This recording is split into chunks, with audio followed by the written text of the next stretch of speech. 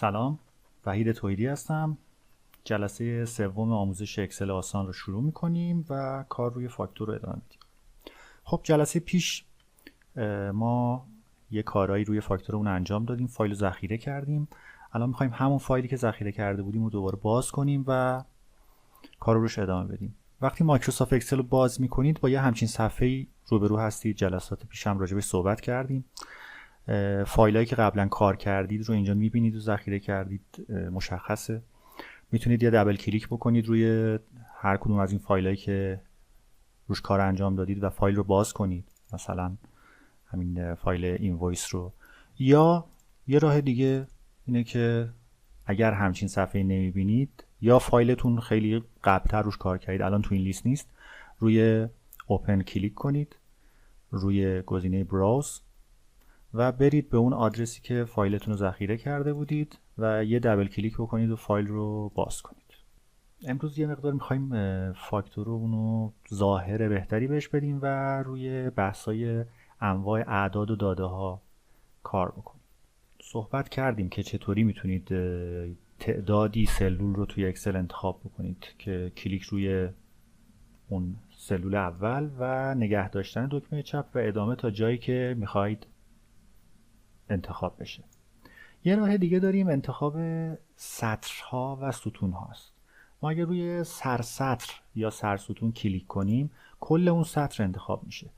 اگر دکمه چپ رو نگه داریم و پایین بکشیم همینجور سطرهای بیشتری انتخاب میشه. برای ستون هم همینطوره، اگر کلیک کنیم یک ستون انتخاب میشه و اگر دکمه چپ رو نگه داریم و ادامه بدیم ستونهای بیشتری انتخاب میشه.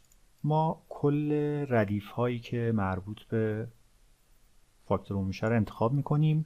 میریم تو قسمت فونت از تب هوم. اینجا میتونیم فونتی که میخوایم رو از این منوی دراپ داون یا کشویی انتخاب کنیم، مثلا بی نازنین. سایزش هم دقیقا کنارشه. اینجا مثلا میتونیم سایز 14 رو انتخاب کنیم. بعد دو تا دکمه هست کنار سایز، یکی با یه فلش رو به بالا و یکی با یه فلش رو به پایین که اینا سایز فونت ما رو کم و زیاد میکنه. از اینا هم میتونیم استفاده کنیم. با گزینه‌های بولد و ایتالیک و آندرلاین احتمالاً آشنایید، ولی خب خیلی سریع بخوایم توضیح بدیم. بولد یه ضخامت بیشتری میده به فونتمون یا برجسته ترش میکنه. ایتالیک حالت مایل میده به فونت. آندرلاین هم زیر محتویات سلول یه خط میندازه. حالا بعضی جاها اینا کاربردی داره. ما برای اون ردیفی که در واقع عنوان ستونامون هست میتونیم از گزینه بولد استفاده کنیم که مقدار فرق داشته باشه، یا میتونیم مثلا یه فونت دیگه انتخاب کنیم که بیشتر تاکید بکنه، مثلا فونت بی تیتر، که من همون گزینه بولد رو ترجیح میدم. خب اگه دقت کنید همون مشکلی که جلسه پیشم به وجود اومد الان بازم داریم، یعنی بعضی از ستونامون محتویاتش کامل دیده نمیشه. جلسه پیش یاد گرفتیم که چطوری عرض ستون رو تنظیم میکنیم. یه راه هم اینه که ما میخوایم تمام ستون هامون رو یک دفعه عرضش رو به صورت اتوماتیک فیت بکنیم با محتویات سلول. کل ستون ها رو انتخاب میکنیم و میریم روی مرز بین ستون ها، حالتی که پوینتر ماوسمون به صورت فلش دو طرف است یه دبل کلیک میکنیم. کل ستون ها به صورت اتوماتیک عرضشون تنظیم میشه.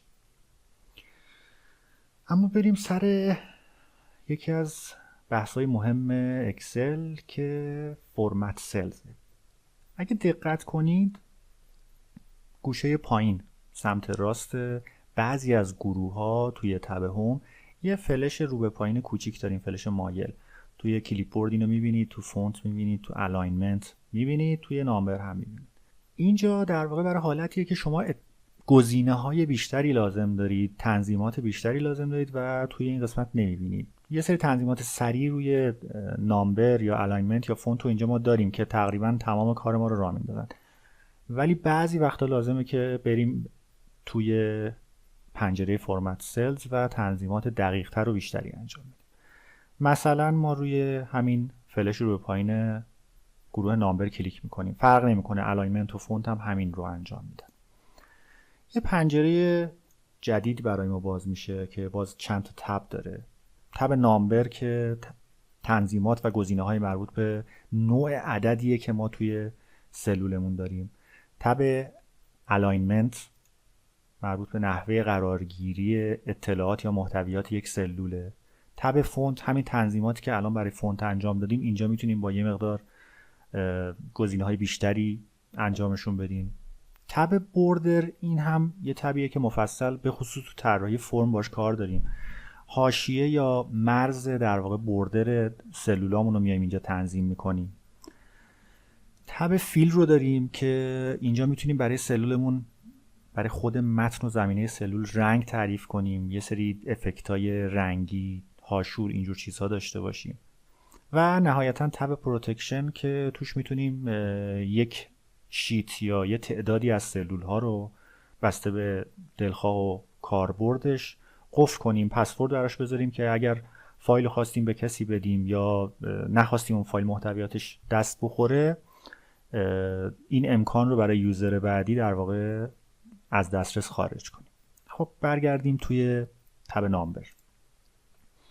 ما الان توی قسمت بها، همونطور که تو اکثر مسائلی که مربوط به حسابداری دیدید، یکی از چیزهایی که معمولا میخوایم ببینیم برای اینکه سریعتر بتونیم یه عدد رو بخونیم اینه که سه رقم اون عددمون ارقامش جدا بشه. برای این حالت یا میتونیم بریم مستقیم سراغ اکانتینگ یا میتونیم بریم توی خود حالت نامبر، یعنی بگیم این یه عددیه که ما میخوایم مشخصاتش رو تعریف کنیم. اکانتینگ یه حالتی داره که خودش میاد در واقع سه رقم جدا میکنه و 2 رقم اعشار هم در نظر میگیره. من اگه الان اینو اوکی کنم و علامت هم براش نان باشه، یعنی علامت دلار نمیخوام داشته باشم، اوکی کنم، ببینید 150,000 من سه رقم جدا شد و 2 رقم اعشار خورد. خب تو ریال ما اعشار برامون کاربردی نداره. توی واحدهای پولی کشور دیگه ممکنه کاربرد داشته باشه ولی خب تو ریال کاربرد نداره. پس ما این 2 تا صفر رو توی بهامون لازم نداریم. برای حذف این 2 تا صفر اگه بیایم توی گروه نامبر 2 تا گزینه داریم که یکی دکریز دسیماله، یکی اینکریز دسیماله. رو دکریز دسیمال اگه کلیک کنیم که فلشش رو به سمت راسته، میاد رقمای اعشاری که داره نشون میده رو کم میکنه و برعکس روی اینکریز رقمای اعشاری رو بیشتر میکنه تا هر رقمی که بخوایم. ممکنه توی بحث حسابداری لازم نباشه ولی مثلا توی رشته‌های مهندسی، توی یه سری مباحث ریاضی و آماری رقم‌های اعشاری هم ممکنه کاربرد داشته باشه. تو رشته‌های مهندسی که قطعاً کاربرد داره. یه راه دیگه هم اینه که در واقع ما بیایم توی همون فرمت سلز با کلیک کردن روی این گزینه توی قسمت نامبر حالت یوز تاوزند سپریتور یا همون سه رقم جدا کردن رو تیک بزنیم، دسیمال پلیس یا همون تعداد رقم اعشارمون رو بکنیم 0.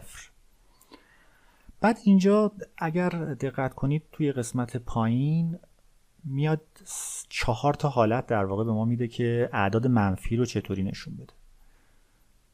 تو بعضی از فرمای حسابداری اعداد منفی با پرانتز نشون داده میشن ولی ما معمولاً اعداد منفی رو به همون صورت یه علامت منفی ترجیح میدیم که داشته باشیم. حالا باز این انتخاب خودتونه و بستگی داره که نوع کارتون، نوع فرمتی که میخواین باش کار کنین چطوری باشه.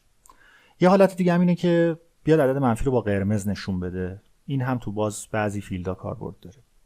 اگه اوکی بکنیم میبینیم که اون حالتی که میخواستیم رو عدد داره نشون میده. خب حالا من همین رو برای بهای کل میخوام، برای بقیه ردیف‌های بهای واحدم میخوام.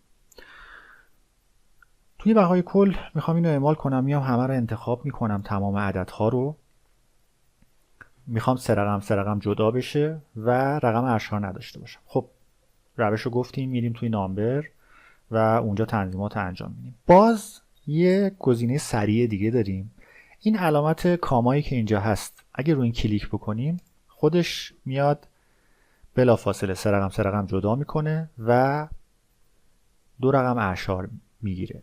اگر دقت کنید نوع عدد رو هم اینجا اتوماتیک میبره روی اکانتینگ یا حسابداری. 2 بار روی دکریز دسیمال کلیک میکنیم و اون فرمتی که مد نظرمون رو داریم. یه راه دیگه داره، ما فرمت عدد رو برای یکی از خونه ها تنظیم کردیم، مثلا تو بهای واحد که این کار رو انجام دادیم. حالا میخوایم بگیم که بقیه خونه ها هم همین فرمت رو داشته باشن. یه آیکونی داریم باز تو تب هوم تو قسمت کلیپ بورد به نام فرمت پینتر. این چی کار میکنه؟ وقتی که اون خونه‌ای که فرمتش رو تنظیم کردیم تو حالت فعال انتخاب شده است، اگه روی این قلم مو یا فرمت پینتر کلیک کنیم، میاد فرمت اون خونه رو، چیزی که براش تعریف کردیم رو کپی میکنه و وقتی روی بقیه خونه ها بکشیم اون فرمت رو در واقع میاد پیست میکنه برای اونها. الان دقیقاً ما کاری که انجام دادیم همین حاصل رو برامون داشت. فقط دقت کنید وقتی که روی اون سلولی که در واقع مشخصات و ویژگی‌ها رو براش تعریف کردید کلیک کردید، روی فرمت پینتر هم کلیک کردید، بعد برای اینکه به سلول‌های بعدی اون گزینه‌ها رو اعمال کنید و اختصاص بدید، باید دکمه چپ ماوستون رو نگه دارید و بعد ماوستون رو بکشیم پایین. مطلب بعدی که می‌خوایم راجع بهش صحبت کنیم درج سطر و درج ستونه. خب این فاکتور یه سری اطلاعات دیگه لازم داره که باید بالای اون در واقع گنجونده بشه. ما برای اینکه یک سطر یا یک ستون رو بخوایم درج بکنیم، دوباره میایم اون سطری که میخوایم قبلش یه سطر درج بشه یا اون ستونی که میخوایم قبلش یه ستون درج بشه رو انتخاب میکنیم. یه رایت کلیک، یه کلیک راست روی عنوان ستون انجام میدین، گزینه اینسرت رو انتخاب میکنیم، یه سطر میاد درج میکنه.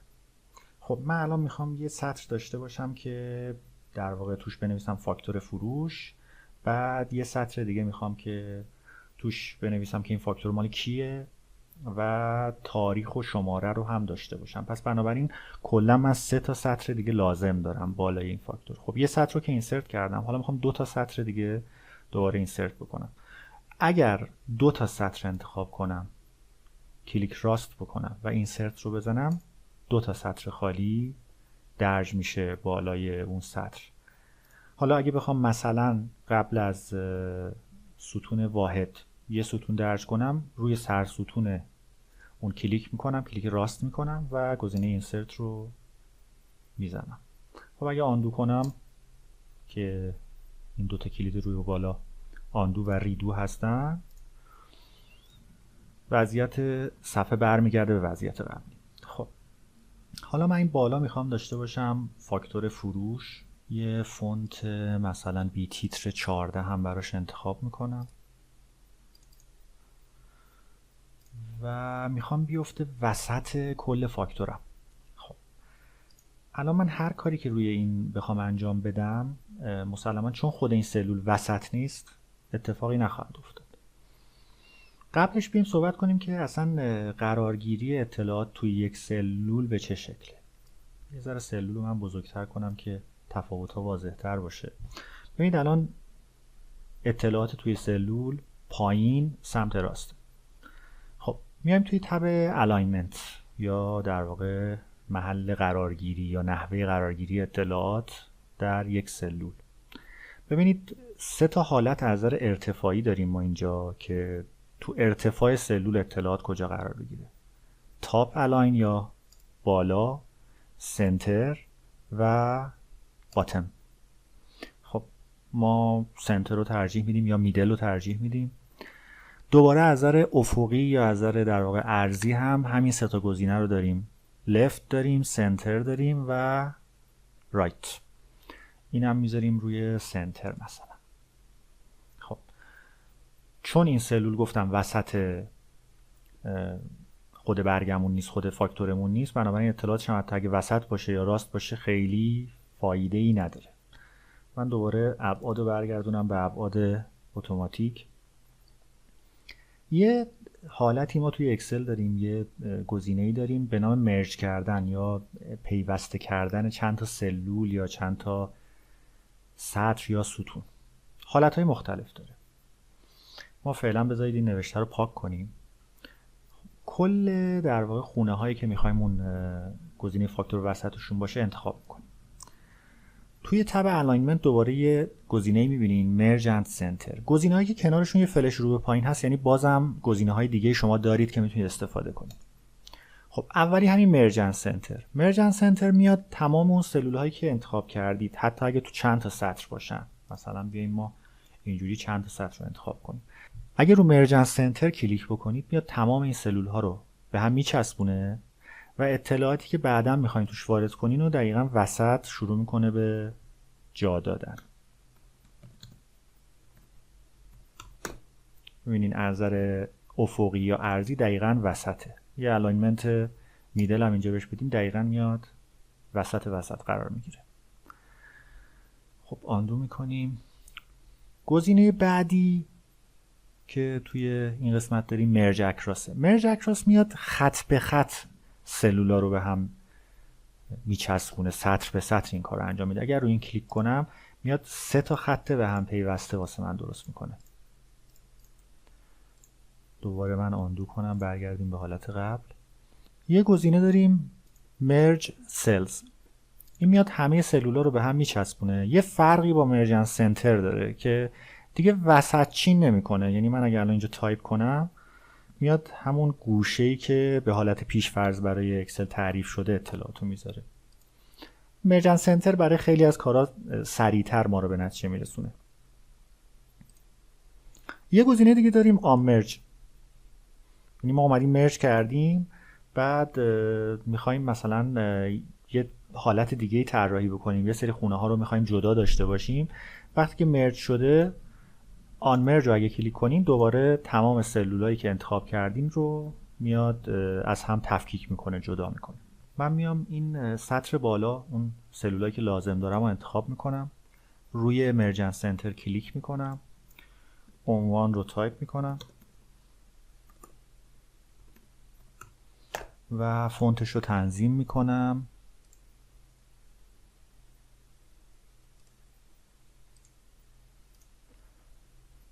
این میدل رو هم که از نظر عمودی توی وسط سلول قرار بگیره میزنم. خب حالا میخوایم ببینیم که این فاکتور مال به نام چه شخصیه. دوباره میتونیم چند تا از این سلولا رو انتخاب کنیم و مرجشون کنیم. مربوط به حالا مثلا خانم، آقای یا شرکت، هر چیزی که هست. این میخوام راست چین باشه و از نظر ارتفاعی هم وسط باشه. فونتش هم تنظیم میکنم. خب یه شماره و تاریخ هم میخوام داشته باشه. شماره، تاریخ، اینا راست چین باشن و فونتشون هم که مشخص باشه. بسیار خوب. تا اینجا فکر میکنم برای جلسه سوم کافی باشه.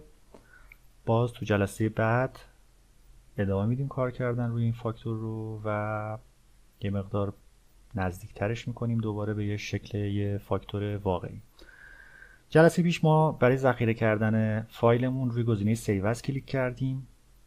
الان با توجه به اینکه دیگه اینو ما یک بار ذخیره کردیم، اسم براش انتخاب کردیم، کافیه روی این آیکون سیوی که این گوشه هست کلیک کنیم یا کلیدهای ترکیبی کنترل و اس رو استفاده کنیم برای ذخیره کردن سریع، یا از منوی فایل روی گزینه سیو کلیک کنیم.